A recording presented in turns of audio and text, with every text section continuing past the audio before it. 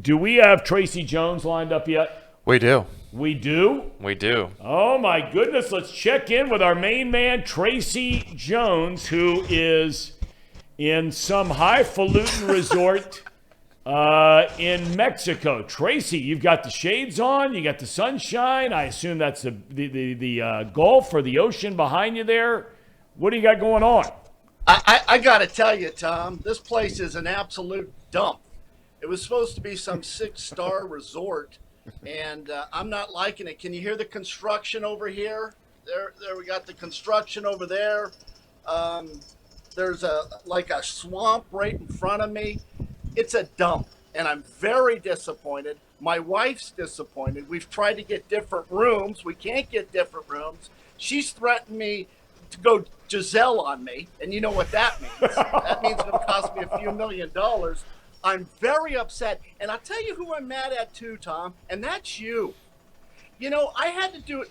Listen to this. 6 o'clock in the morning, I get this banging on my door, and I'm going, who in the hell is this? And I yell, yes, can I help you?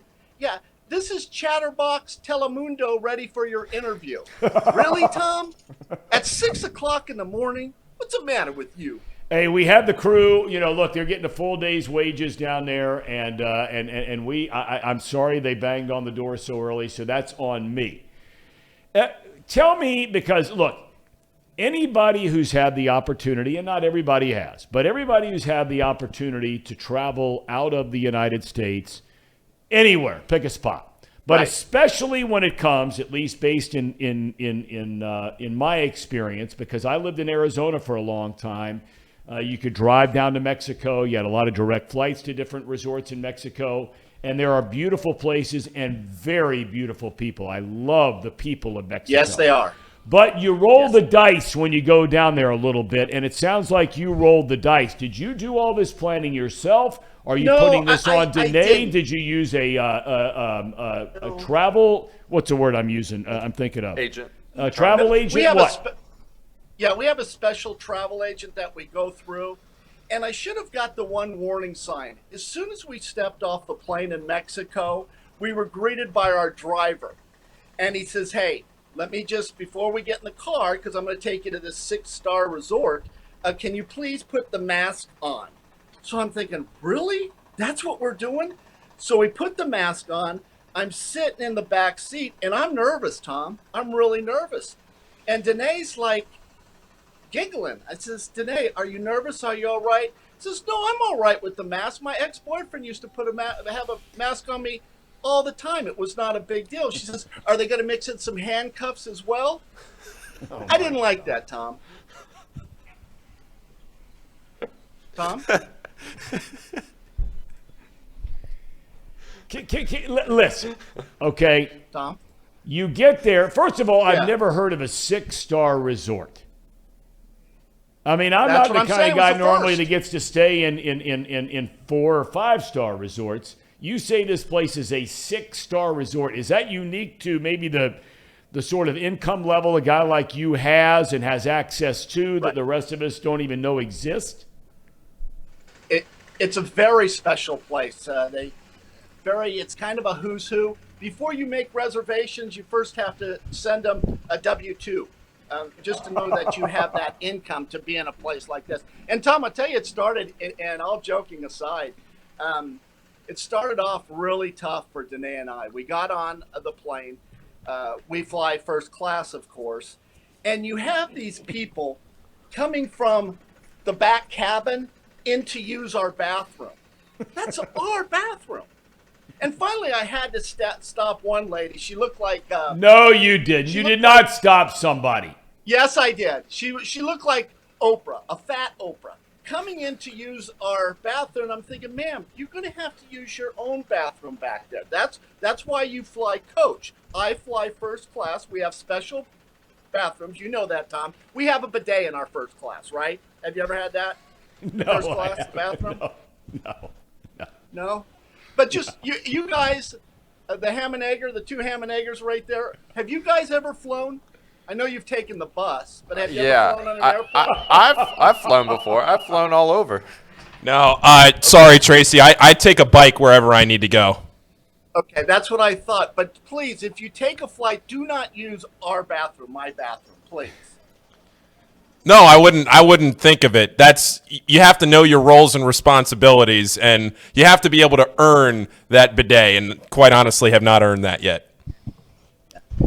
So Pretty you nice, get I down gotta there, Tracy. Before we get into some serious topics, I just want you get down there. I mean, what you just panned there for a second, it looks spectacular. I mean, it looks like a beautiful day. There's the water out there. The building or the resort, and you're saying it's unacceptable. It's just okay. I mean, this isn't a room that a Major League Baseball player should have. Should he? Shouldn't it be straight out to the ocean? I don't need this swamp down here. I don't need construction workers right here. Tracy Jones was not happy with his room, and he's tried to get it switched a couple of times. And Tracy Jones will go downstairs again and complain. Well, what are you going to complain about? I mean, it's not like the construction's going to stop. Every room probably is subjected to the noise of the construction. I mean, they're down there trying to make a living and better their product. Where are you going to go? Right. Well, I can go on the other side. There's a whole nother side, and they could put me facing the ocean. And that's usually where I stay. But, Thom, do you want me to go through a divorce? No, definitely not. I got to make a move here. Yeah. I don't want that. So she's unhappy. I've already done it once. Yeah. Did she not have any say in this whole thing about where you were going and where you were staying, or did you do this as some kind of surprise, or what? I surprised her. Monday was our 13th anniversary. And we've been together 20 years, married for 13. And so I kind of surprised her with this trip. And like I said, it started off good for her. She had the blindfold hoping for the handcuffs. But, we had a good time last night. 13 years is a long time to be married, Thom. It is. It is. I've been married almost 22. I'm well aware of that. Are you able to watch? I mean, they love baseball down in Mexico and all over. You drift into the Caribbean and you get down to Central America and South America, and Major League Baseball players are coming from all over the globe, especially Spanish-speaking countries. Are you going to watch the baseball playoffs today, or are you spending most of the time kind of hanging out by the beach, the pool, whatever? Right. I did watch when Musgrave was pitching. And what did you think of that whole thing, by the way? It was rather interesting as far as a baseball nerd like myself and really a baseball nerd like yourself and the Ham and Egger boys. That the spin rotation, right? The spin on the ball was increased, and that's why they thought he was using a substance. And I think it was his left ear, well, it was his right ear. And did you see there was something on there? But he never went to it. I mean, he never went to his ear. And Buck Showalter thought he was using some kind of foreign substance. And I'll tell you what I liked is when Musgrave turned to the dugout and goes, "Go F yourself." Yeah. I thought was touching. All right, let me ask you this. And I jumped on the New York and looked at the New York papers yesterday because it's so entertaining when they start getting into things, especially when things go bad. For teams in New York. And the Mets, most people thought they won 101 games during the season. My dad, I had him on last week, and he thought the Mets were going to steamroll the Padres. And, I thought, well, I don't know about that. Padres are pretty good. But the Padres end up winning the series. When you're a player on the Mets team and you're getting embarrassed here in Game 3 on your home turf, there was still a long way to go. I think they asked to check him in the 6th inning, if I'm not mistaken, and by that point it was 4 or 5-0 in favor of the Padres. Is that one of those where, the players are kind of like when it turns out that there's nothing there, there's no there, do they start looking down at, the manager and kind of thinking, man, this is minor league No, I'll tell you what it here. was. It was a kind of way of disrupting a pitcher who's on a roll. I've seen it done before. Tony La Russa did that with Randy Johnson when I was playing for the Mariners. And Randy, Randy gets on a roll.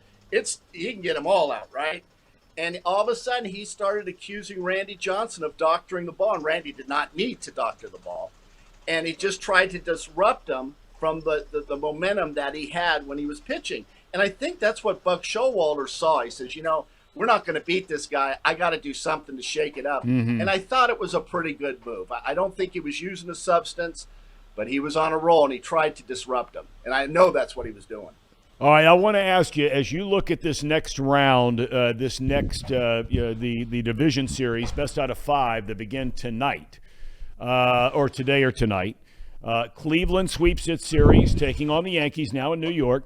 Seattle sweeps its series over Toronto, now playing Dusty Baker and the Astros. Philadelphia sweeps its series over the Cardinals, now taking on Atlanta. And then San Diego and the Dodgers, after playing 19 times during the season. Dodgers won 14. You're a Southern California guy. Yeah, they did. Right. Any of those series, one or two, that you're really going to be keeping an eye on, maybe more so than some of the others? And, Tom, you made a great point. The Dodgers dominated the Padres. I mean, swept them, I think, in a couple of 4-game sets. Yep. I'm going to go with the Padres in this series. I think they're going to pull off an upset.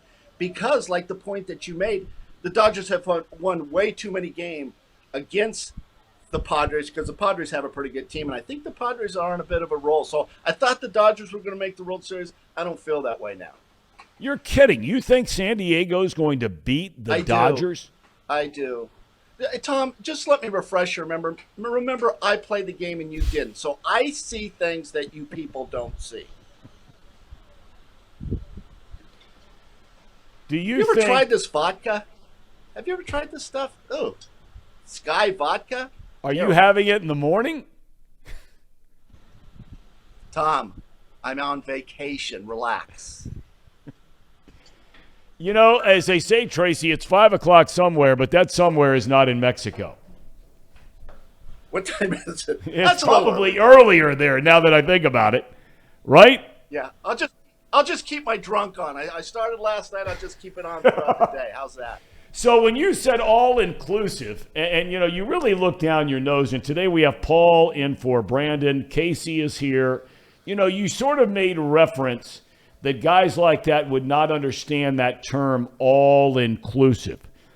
Is that part of it to your liking so far, short albeit being there? Well, yeah, I think where they screwed up, first of all, as you guys know, I don't drink Sky Vodka. What do I drink, guys? Grey Goose.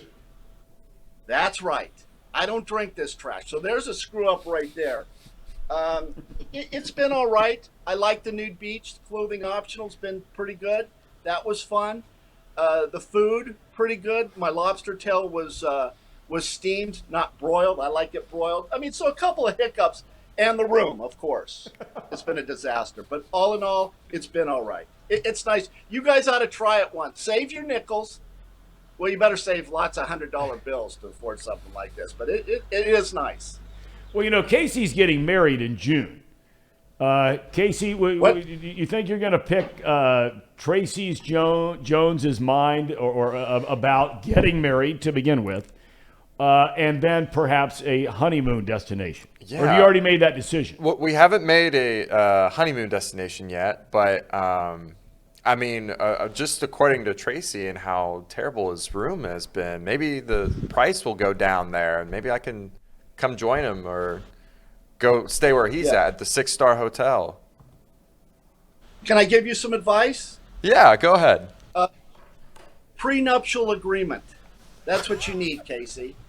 Now, half of nothing is nothing right now of what you have, but sooner or later you'll acquire something, or maybe she'll acquire something.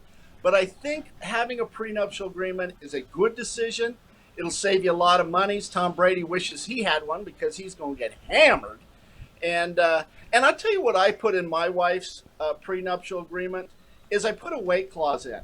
So at the end of every month, if she's 5 pounds overweight, then I can actually file for divorce. Casey, are you debating going down that road? No, I think I'll stay clear from that. I appreciate the advice, but I'm gonna have to pass on the prenup because if I did that, you might not see me here ever again. Paul, do you have anything to add to this at all? No, I'm just sitting back and listening to the conversation. The marriage train is a little bit far down the road. My girlfriend listening probably hopes that I didn't say that, but Do you think your girlfriend is watching this show? hopefully she's teaching the youth of America right now and furthering the education of some first graders Well, somewhere. it's interesting, Paul, because Tracy, Danae, a very successful working woman, Yes. for many, many, many years, still is. And obviously Paul and Casey, in Paul's case, girlfriend, Casey's case, in his fiance, are working women, hard at work. That's got to be a plus, right? Is marrying a woman who's out in the working world? Oh, 1 second. Without a doubt. My wife is actually more successful than I am. Wait a minute, I shouldn't say more successful because it's hard to beat a Major League Baseball player. She makes more money than I do, and I'm very proud of her. She started off making $6 an hour, and now she's well into six figures. She started off when she was 17 working for this company wearing a short little mini dress, and really progressed, moved her way up the ladder. And like I said, I'm really proud of her, and I'm really proud of the money that she makes because I love money. Money has never let me down, Tommy. I love Well, I thought you being this money manager, do you manage her money, by the way? Is it shared money? I mean, you talked about a prenup because you are a highly successful financial planner, money manager. You are a landlord, dozens and dozens, if not hundreds of properties in around greater Cincinnati and northern Kentucky. Is your money split? Tom, I would never commingle funds. Ever, ever. And that's fine because she does well. I do well. I just showed her the other day. This is an honest God truth. I showed her this about 6 months ago. Actually, how much money I have in an account. And she looked at me and goes, "How did you do that?" I said, "Well, I invest. I don't spend any money. I'm a cheap SOB. I mean, if the truth was known, Danae picked up 95% of this trip. So, yeah, saving, investing, having different streams of income. Okay, this is a success secret that I have. You have different streams of income. If you're a successful person, very successful person, you have 7 streams of income. You put it together, and it ends up a pretty good lifestyle. Are you going to ask me how many streams of income I have, Tom? Well, I was getting ready to do it, but you beat me to it. Please. 8. 8 streams of income. Yep. Hard to believe. 4th outfielder. Hey, you wouldn't have been a 4th outfielder and you stayed healthy. Because correct me if I'm wrong. When I go back and I remember these days when it was you and Eric Davis and Cal Daniels and Paul O'Neill and Barry Larkin and Kurt Stillwell and Joe Oliver and all these guys, on those minor league teams you played with, correct me if I'm wrong, I could be wrong on this, but I think I remember this. You were the number 3 hole hitter on those teams. Is that right? Yes. Barry Larkin hit leadoff. Cal Daniels hit 2nd. I hit 3rd. Eric Davis hit 4th. Paul O'Neill hit 5th. Lloyd McClendon hit 6th. Joe Oliver hit 7th. I think Jeff Treadway, Stillwell hit 8th. How about that team? It's a pretty good team. It's Did pretty you good. guys But, win Tom, a minor league Did that team win a minor league every single year. championship? 3 of them. 3 of them. How important do you think that is, Tracy, all kidding aside? Because I heard somebody talking about this the other day about the Reds, and they've made all these trades here in the last number of months, going back before the season started, then during the season. And by all accounts, they've acquired a ton of really good young talent, but talent that right now is primarily at the single A, high A, double A level. There are exceptions to that, but most of them are in that group. is it important for guys to learn how to win together at the minor league level, or is it just all about the individual player development? God, that's such a good question. I used to think it was just developing players that can play in the big leagues. But you start mentioning some of those names, Thom, and I don't like to live in the past. You know me, I don't like to talk about stuff I've done or anything like that. But some of those players were pretty good. And those players, I played with those guys that you mentioned, Eric Davis, Paul O'Neill, Cal Daniels, Sabo, Larkin. I played with those guys in an instructional ball team, and none of those guys had reached AAA. Let me throw in a couple other guys. There was Tom Browning and Rob Dibble and Norm Charlton. I mean, there's some pretty good players right there. We had good time. And we used to say, man, if I'd have been playing in the Tiger organization or the Philly organization, hell, I'd be in the big leagues right now because the talent was so good with the Reds. And I think that the Reds are getting to that point now. They've got a pretty good farm system. I think they were ranked 4th by Baseball America. So I think the future, I don't want to be flip-floppy again because they've got a long ways to go. But I think they have some talent in that farm system. Casey's dad just wrote in, and he has a question. He says, Tracy, are you trying to get Casey into a state of FSB? Fatal sperm backup? Is that what we're talking about? I think that's what you told me it was a few weeks ago. Casey, it's not a big deal. I've had it since I've been married. I think Thom has it ever since he got fired from Fox. I mean, you just got relief today, though, or yesterday, right? No. No? Oh, that's unfortunate. Still nothing. No. Still on the bench. You ask a married man that question. That's going to be the same answer over and over and over again. Period. So what are your plans today? Well, no, let me back up a second. You really didn't go down to the nude beach yesterday, did you? I mean, for real? No, I'm actually pretty modest. I'm one of those guys that as soon as he took a shower in the locker room, put it on real quick. It's one of those guys. No, but Danae likes to go to those places and check things out. She likes to compare her husband to other, and I don't want to get into details, Thom. But as I told you last week, and my nickname in high school was what? The tripod.